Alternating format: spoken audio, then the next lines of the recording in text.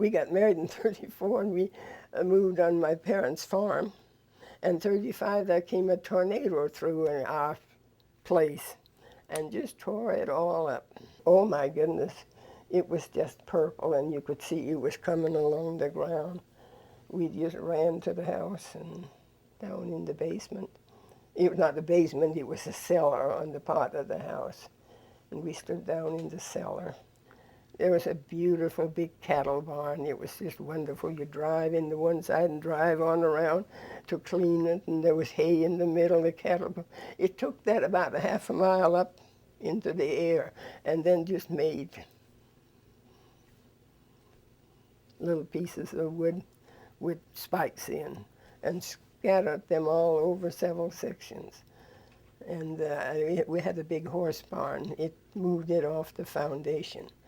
So, and I took the top off of it, and it was sitting like this with about 12 head of mules inside of it. We were so worried about it. I remember my husband saying, you don't know how I dreaded going out in that barn.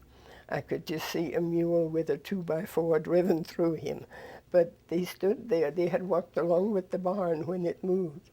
The only thing, one had gotten loose and was standing between two of the others. Otherwise, they had all followed the barn as it went. And then it stood like this. And then it stood there. It didn't collapse.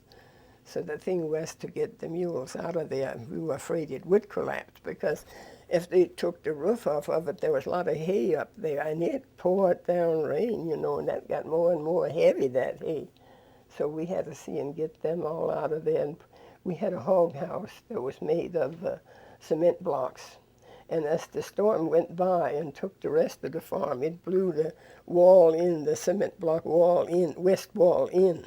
But anyway, we got a guy hired to help us and got so we could put the mules over there in that hog house because we were afraid the barn would collapse.